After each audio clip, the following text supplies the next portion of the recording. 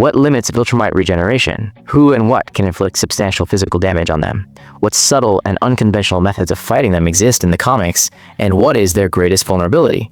The answers to these and other fascinating questions concerning our old acquaintances, the Viltrumites, in this video. And friends, at this point, I warn you about a large number of plot spoilers for the Invincible comic series, including possible plot developments in seasons following the third, so be careful. Once during the reign of the great Emperor Argol, Viltrum resembled paradise. His reign, which lasted millennia, was dubbed the Golden Age of Viltrum by his kinsmen. Argol valued wisdom above physical strength, for which his subjects loved him, and for which Viltrumites still value and honor his memory. But, like any other Viltrumite, Argol was an adherent of his race's superiority over other races, and however it was, his foreign policy toward other worlds was built on this principle. This didn't please everyone. For example, the Viltrumite named Thetis, whom his compatriots would call the Great Traitor. He killed Argol and founded and headed the so-called Coalition of Planets, a commonwealth of worlds opposing the conquering missions of the Viltrumite Empire. But this was later. After Argol's murder, civil war began on Viltrum, also known as the Great Purge, dark times of blood and slaughter. For several centuries, supporters of peaceful foreign policy fought against supporters of aggressive foreign policy. The latter, as we already understand, gained the upper hand. They didn't really consider their brothers who advocated at least neutral relations with other worlds as brothers at all. For them, they were weaklings and traitors unworthy of life, only polluting the genetic pool of true strong Viltrumites. At the end of all this slaughter, the strongest Viltrumite, Thragg, ascended to the throne, taking an oath to find the true heirs of Argol and seat them on the throne someday. Under Thragg begins that very thousand-year crusade during which Viltrumites actively enslaved worlds, making them their colonies. Many of these worlds, after the final extraction of all natural resources, were simply destroyed. This is how the infamous, extremely aggressive, and rapidly growing Great Viltrumite Empire was formed. But Thetis at the head of the Coalition of Planets wasn't idle, and based on his DNA, created a virus called the Scourge that targeted the genetic code of Viltrumites. Some Viltrumites it gradually killed, while others who survived were temporarily deprived of abilities or part of their abilities and died in battle. This is exactly how Conquest lost his arm, eye, and got that scar in battle with the Ragnar. His healing factor didn't work properly due to the virus's effects.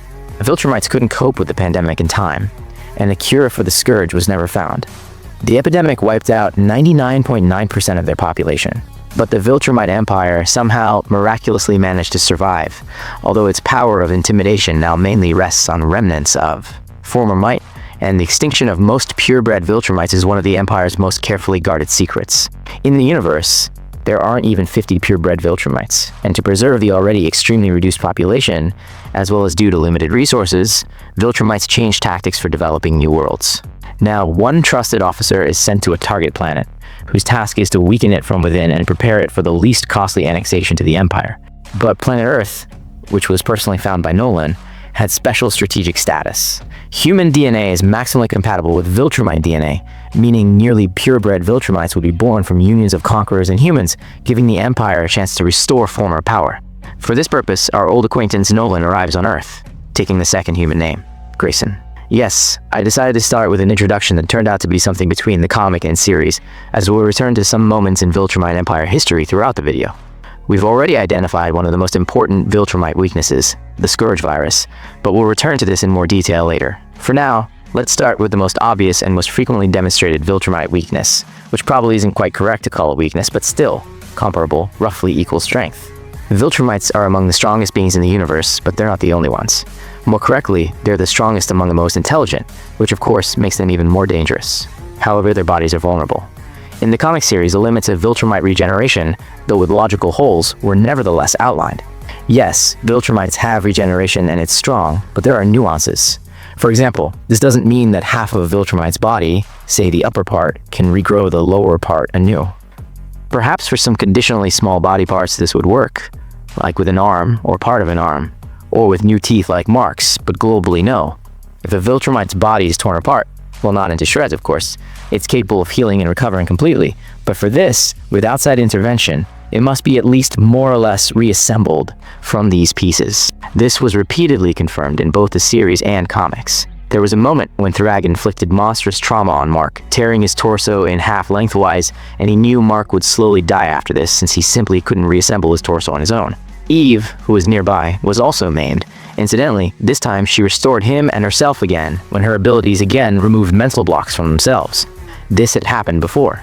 There was also a case when after the second battle with Conquest, where Conquest was finally killed by Invincible Mark, finally received serious trauma from him, comparable to the trauma inflicted by Battle Beast in the first season, piercing him through.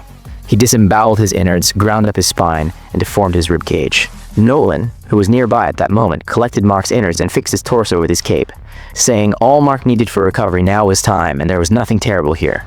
From these scenes, we also learned from Nolan that during recovery, a Viltrumite's organism independently performs bone repositioning, but again within local limits when the body is already more or less assembled, and when the bone repositioning process is completed, other healing processes go much faster. This is why Mark's relatively minor injuries by his standards healed longer than usual during extensive body damage. The Viltrumite recovery process takes them last.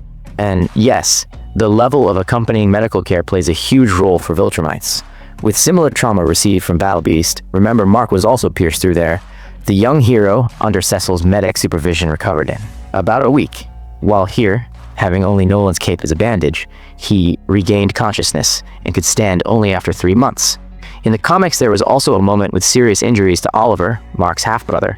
Viltrumite genes aren't as compatible with Flaxan genes as with human ones, and Oliver's regenerative abilities are weaker. Being in special medical solution helped him enhance healing abilities. In Oliver's case, prosthetics had to be used, but they were covered with his real skin. Closer to the end of the comic series, we learned that the two main anatomical vulnerabilities of Viltrumites, besides the inner ear, are the heart and brain. Generally quite logical. Incidentally, it was by traumatizing the brain that Thetis killed Emperor Argol. A Viltrumite's brain, during critical damage to other organs, maintains its ability to function significantly longer than many other races. But upon determination of biological brain death, nothing will likely help it. It's extremely important that a Viltrumite's organism can still supply the brain with oxygen.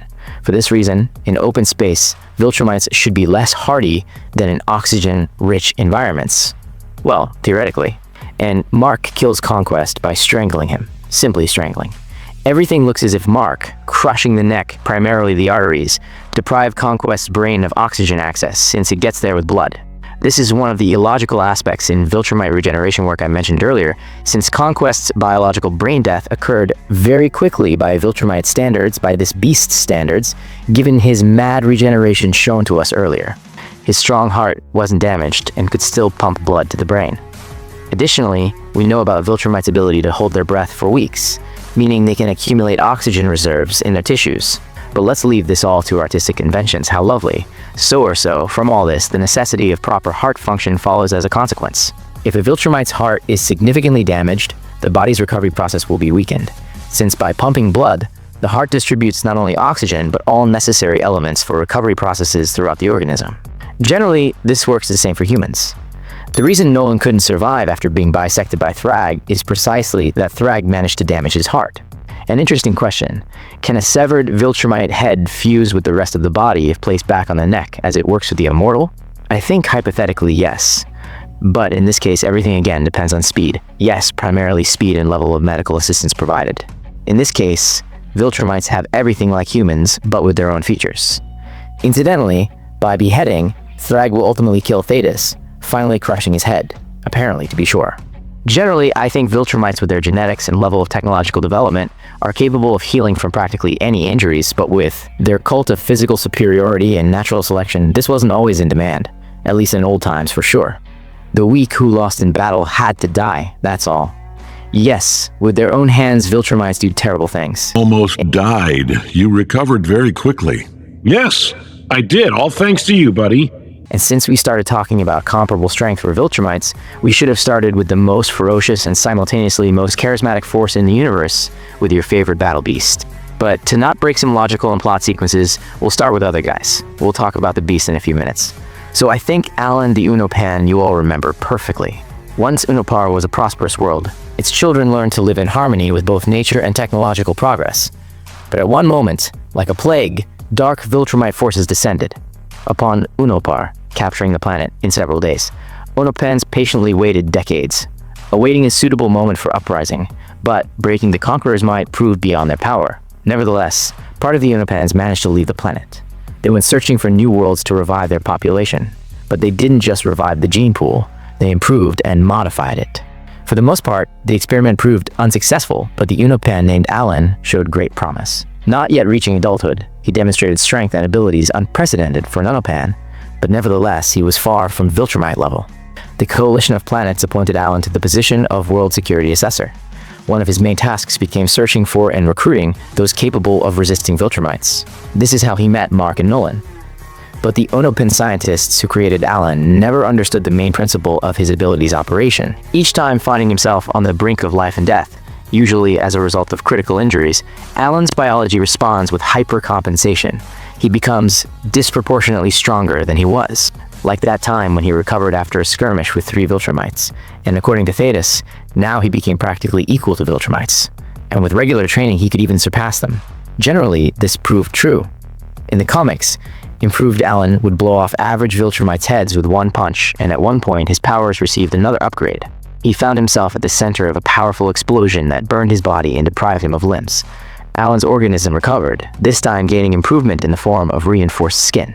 As we understand, this isn't the limit. Alan will play a huge role in fighting the Empire, and for the reason that after Thetis' death, he'll take his position as leader of the coalition of planets. Read my books? Read my books, Mark. During 20 years of Nolan's stay on Earth, he hid his true identity under the pseudonym Nolan Grayson, a family man earning a living through writing, and Nolan really wrote books and they really enjoyed commercial success. After his supposed death from an explosion due to gas leaks, sales skyrocketed, but that's not the point. The point is that Nolan's fiction novels are based on real events. Generally, these are notes about phenomena, creatures, or weapons that pose serious danger to the Viltrumite Empire. In books, Nolan gave them descriptions and encoded their locations, according to him, simply not to forget. All this was done to identify, study, and eliminate factors threatening his race's existence. But due to plot circumstances, Nolan and Alan will use these notes to search for new allies and new weapons for the coalition of planets opposing the Empire. Familiarizing himself with his father's books, Mark reads the story of the mysterious space racer, whose legend circulates in 12 galaxies. But there's something even more legendary than the racer himself, his weapon, the Infinity Ray. The cannon releases energy of unprecedented power, demolishing everything in its path, energy whose end seemingly doesn't exist. No one has ever seen his weapon up close to study its operating principle, but rumor has it, it requires a steady hand, exceptional will, and cold reasoning. The truth is that the very existence of the space racer isn't a confirmed fact. Of the living, practically no one has ever seen him, but someone definitely convinced himself of his existence. This someone is our old acquaintance Nolan. Nolan met the space racer personally 80 years before his arrival on Earth, and in his books he encrypted coordinates of the asteroid where he last saw the racer. The meeting was far from friendly, and Nolan buried him under rocks. Surely after 100 years spent under a pile of stones he's already dead. But in the same place, next to the racer's grave, that very mysterious Infinity Ray remained lying. Nolan tells Alan that no one except the racer himself could take this weapon. If, 100 years ago, he had tried to take it in his hands, it would have rushed toward the racer's body, so it simply remained lying here. The partners clear the stone debris, and the space racer turns out to be alive. And with the cannon that instantly flew into his hands, he threatens Nolan, asking for reasons he should leave him alive. The fact that the racer didn't shoot Nolan immediately after 100 years spent under stone piles because of him tells us that the space racer isn't an aggressive character by nature, and first, when such opportunity exists, he takes up negotiations. Nolan, as we know, isn't the best negotiator, but Alan contributes and convinces the racer that Nolan has changed, and now he's on the coalition side, opposing the Empire. Alan persuades the racer to join them and proceed to Coalition of Planets headquarters. In the end, he agrees, and saying he's gotten quite hungry over 100 years, sits on this cosmic bike that materialized from nowhere. During examination at Coalition headquarters, Thetis will note that the racer has insane metabolism, and we also understand that to be able to go a whole century without water, food, and probably oxygen, he must have the ability for its extreme deceleration. The racer's role in fighting Viltrumites will also be enormous. His Infinity Ray will pierce through heads and other places of more than one Viltrumite, and with his cannon's help, he'll destroy the entire planet Viltrum. Yes, the entire planet. But this doesn't mean the cannon will necessarily destroy any planet it hits in any part. As Thetis commented, the shot was made with maximum precision at the right part of the planet. Yes, and with all this, the planet's destruction can be considered great luck. Incidentally, Viltrum itself long ago stopped playing any strategic value for its natives. The planet represents one big mass grave of Viltrumites. The ring around the planet is a ring of corpses of those who fell during the Great Purge and due to the pandemic. In some measure, this is a monument to former might and the price of mistakes, but nevertheless, it's a huge blow to the Empire's history, legacy, and dignity. The racer himself during battles will keep his distance for logical reasons, and most of his individual missions serving the Coalition will carry reconnaissance, search character. Also, these will be missions where technological ingenuity and special agility should be shown. Wild planet, wild beasts. Once Viltrumites discovered a planet with an anomalously high gravity level. During investigation, they encountered its true owners, those they would call Ragnar. Lizard-like creatures who, just to simply move across the planet's surface, had to develop unprecedented strength during evolution. Viltrumites for Ragnar are just food. They devour them alive, making them extremely dangerous for the Empire's existence. Nolan will tell Alan that Viltrumites tried to exterminate Ragnar by force, but nothing good came of it. Once Nolan himself devised an effective plan, Viltrumites closed Ragnar's sun with a huge disk, plunging their planet into eternal frost, and this worked. Now the Coalition team arrived on the planet to capture a batch of frozen Ragnar, but to do this, they need to find them in ice layers. Instead of slightly moving the disk covering the sun, the team explodes it, and Ragnar begin rapidly thawing, intending to feast on Nolan and Alan. Our heroes simply run away without completing the mission. But at Coalition headquarters, Thetis will say, everything isn't so bad. The main thing is Ragnar are found, and they're combat capable, and a way to extract them from the planet, or even train them, will be found. Nuances of Ragnar taming largely remained off-screen, but we'll see what resembles a technical means for mind control, and the Space Racer will deliver the first batch of Ragnar to fight Viltrumites. At minimum, we know his task was to put special collars on Ragnar, and he handled this. Ragnar simply bite off heads of Viltrumites who get in their way. In the plot, there will be a turning point when Viltrumites send Thragg into exile after appointing Nolan Emperor, and Thragg, gathering a new personal army of half-breeds on Flaxan, will also find a way to tame Ragnar. He'll even use them as personal weapons for medium-distance combat, spinning them on a leash and grinding opponents, which tells us that Ragnar are much stronger than Viltrumites. In battle with a Ragnar protecting Eve from mortal wounds, Anissa will fall. Incidentally, the Coalition's Anti-Viltrumite bestiary should have consisted not only of Ragnar, but some creatures Nolan wrote about in books either didn't survive after the last meeting with him, while others simply couldn't be found. For example, he said at least one space whale could give good odds in direct confrontations. I need even more. The famous battle beast. In the third season of the series, he helps Alan and Nolan escape from Viltrumite space prison. The beast hates when anyone orders or even simply asks him for something, but he can't resist the temptation of battle with Viltrumites. This brings him into real ecstasy. That time, he took one Viltrumite's attention on himself, simply tearing him to shreds and demanding continuation. That time, Nolan and Alan lost the beast in open space, but of course missing the chance to secure such an ally's support. Against the Empire would be a big miscalculation for the Coalition, and the partners set off for the beast's home planet Dorne. There we learn from the Elder that Battle Beast, also known as Thok, long ago left his planet. He's a hero and beloved son of his world who rid it of all internal enemies, turning his people's life into utopia.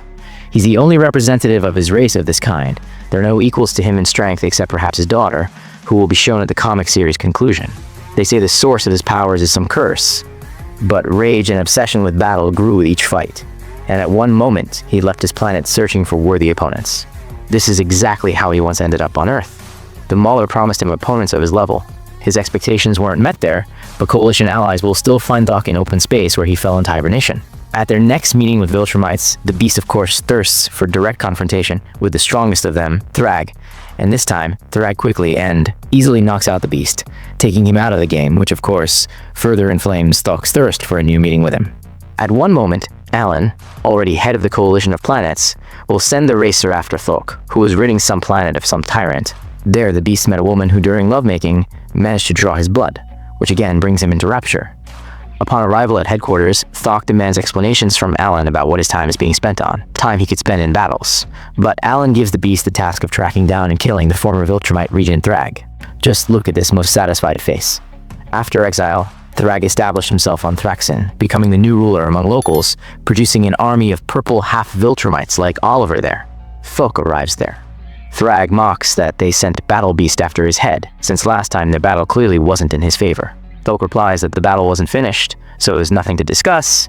Yes, and open space is Viltrumite territory where they have clear advantage. Thok's allies from orbit drop a batch of Ragnar to help him. This infuriates the beast. He thirsted for equal combat and independently begins destroying the Ragnar sent to help him. He doesn't intend to give himself advantage, and therefore additionally inflicts a stomach wound on himself, similar to that which Ragnar managed to inflict on Thragg. Thragg is shocked by all this, but seeing Battle Beast's honor, also orders the Thraxans who began protecting their new ruler to retreat. This was one-on-one battle, and this battle was legendary.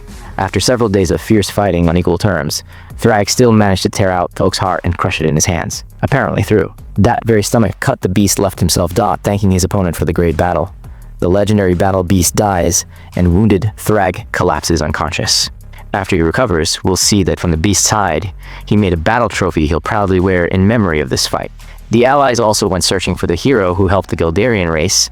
This race, also part of the coalition of planets, get rid of alien invaders' Empire accomplices. This hero is an Earthman named Zach Thompson, nicknamed Tech Jacket, or simply Tech Jacket. Gueldarians are fragile by nature, and to help themselves, they created high-tech armor. Once by chance, Zach Thompson took possession of this armor, and it turned out that symbiosis of Gueldarian armor and human biology gives much more effective results and more advanced power characteristics. Yes, some elements of the origin remind the Guyver universe. You might have seen Tech Jacket in the 3rd season of the series, where he dealt with one of the evil versions of Invincible in orbit. In the comics, already in his solo spin-off also relating to the Invincible universe, he dealt with 2 evil marks at once, incinerating them by releasing his suit's energy at maximum, since the Gueldarian armor's power source is one of the most dangerous things in the universe. But he uses this feature rarely. It's extremely dangerous for himself. So being a coalition of planets ally in war with Viltrumites, he won't crush Viltrumites in batches, but various capabilities of his armor can help heroes in non-standard situations. Of course, the coalition secures support from the second Viltrumite in history after Thetis to rebel against his race's ideology, Mark Grayson, Invincible. Many consider Mark the strongest Viltrumite of all who ever existed, and not without reason. There's something that makes Mark special. I'm not talking about his kinship with that very Argol. Mark's human emotionality predisposes him to sharp adrenaline bursts and psychomotor activation in extreme, seemingly hopeless situations. The thing is, many Viltrumites, whose logic and ethics are based on cold calculation, turn out simply unprepared for this. Like Conquest, who after his first defeat to Mark admits to Thragg that he underestimated the boy who played with him. However it was, Mark Grayson may not be the most concentrated person, but definitely a person possessing unprecedented willpower and unprecedented selflessness. Therefore, another his strong points before other Viltrumites is periodically complete ignoring of self-preservation instinct. All this in combination helped him gain the upper hand, possibly in the main battle of his life, in battle with Thragg on the sun's surface.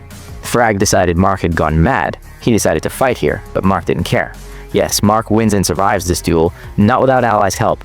Robot shared his armor suit with him, and Alan pulled him from the sun's surface. The reason for this is another, and already the strongest side of Mark that Thragg never had.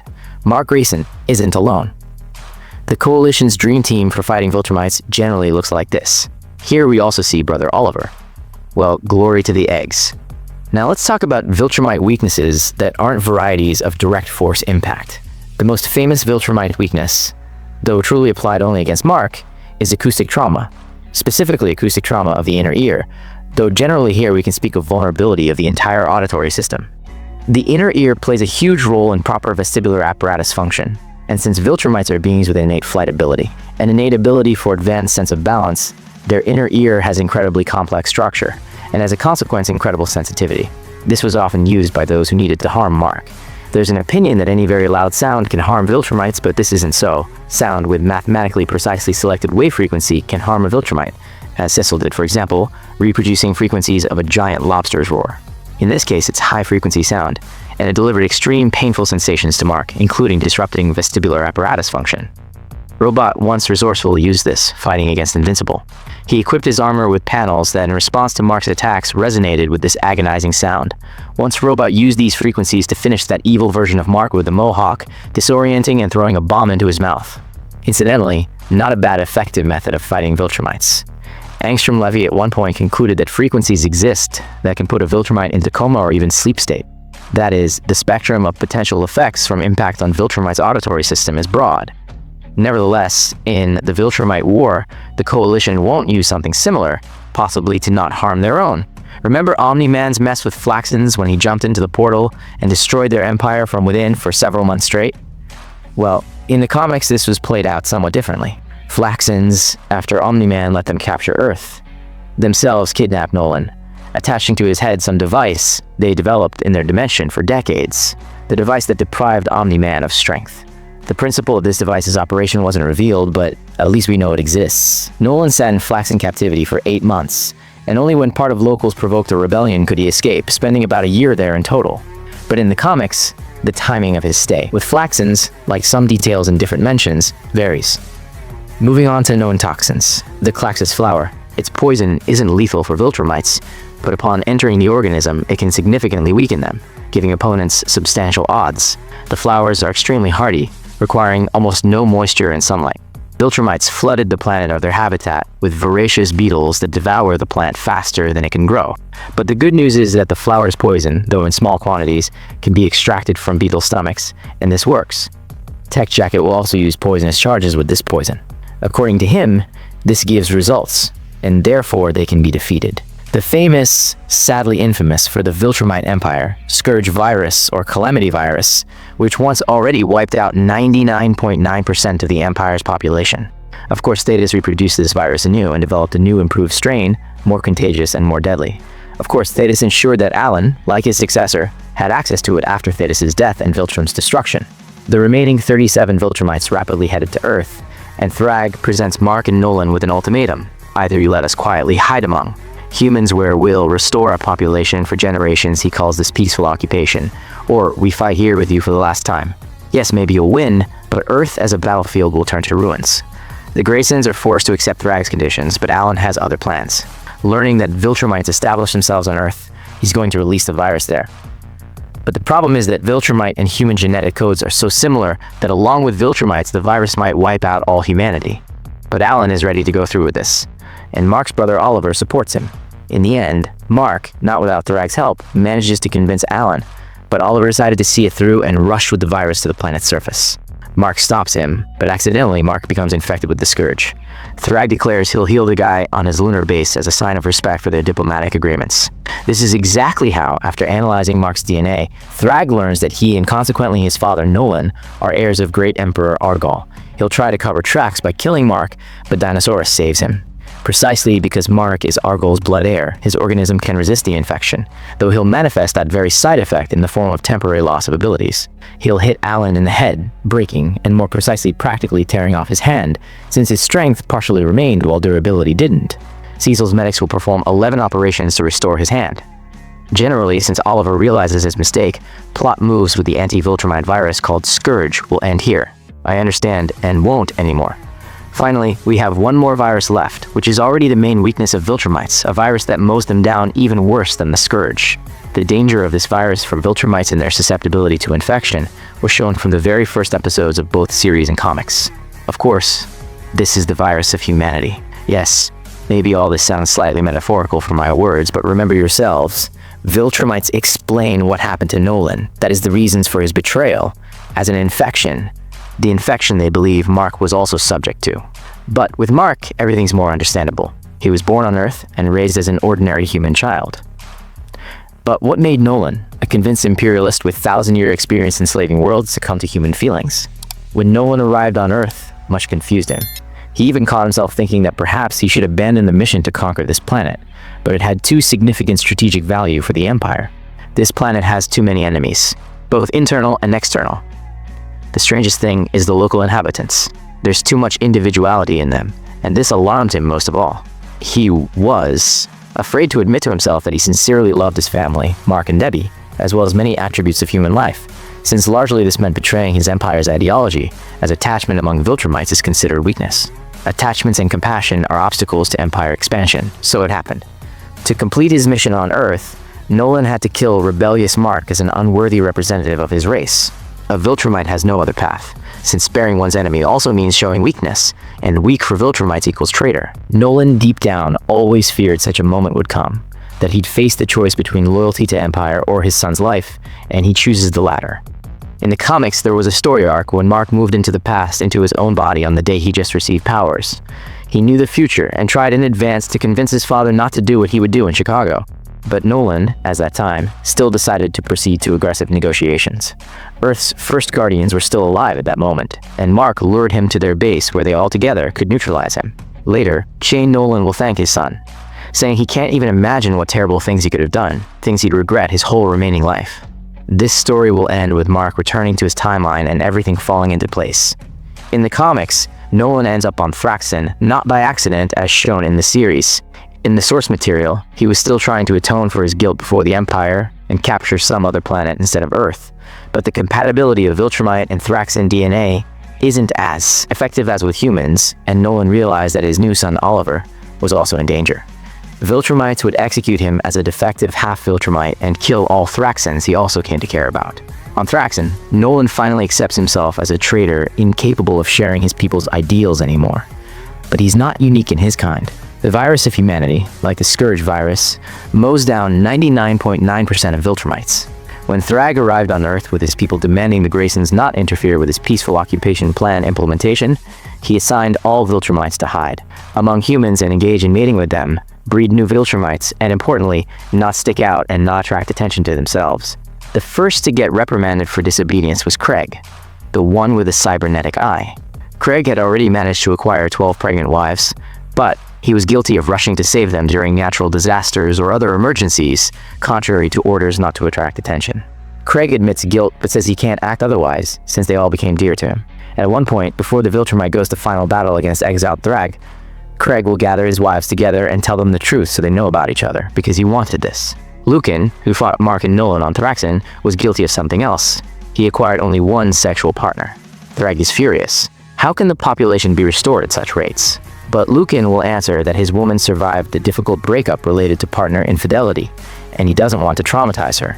He'll even dare tell Thragg that he doesn't understand what it's like when someone genuinely cares about you. You know your own people poorly. Anissa's integration into human society proceeded much more difficultly. She objected that fulfilling reproduction orders isn't the same for men and women, and she flatly refused to mate with Earth partners. Therefore, at one point she set her sights on Mark. Yes, he's weak, but at least he's a Viltrumite, that'll do. Anissa raped him and became pregnant with their son, whom she'll name Marky, or Marcus. Nolan will comment upon learning this that she can be understood since she's still a Viltrumite, and they have the custom that the strong chooses their own partner. But even Anissa won't have immunity from the humanity virus. Over the coming years, she'll acquire a family. Protecting Eve and dying from wounds, she'll ask to tell Mark that over these years she realized the wrongness of her action, but she doesn't regret anything, and Mark will understand everything when he sees his son. Anissa essentially answered the question of why Viltrumites prove so susceptible to humanity. Generally, it's simple. Great power equals great and cold loneliness. Thragg will have strong immunity to the humanity virus, and this will ultimately destroy him. His new half-breed children will turn away from him since they didn't receive even a drop of care from their father. This story ended with Viltrumites together with Mark as Emperor leaving Earth, taking their families with them. But some Viltrumites, mainly recently born children from unions, with Mark's permission will remain on Earth. Why? Because somehow the story of Invincible isn't a story of fighting the Empire. It's a story that several Viltrumites will never harm this planet.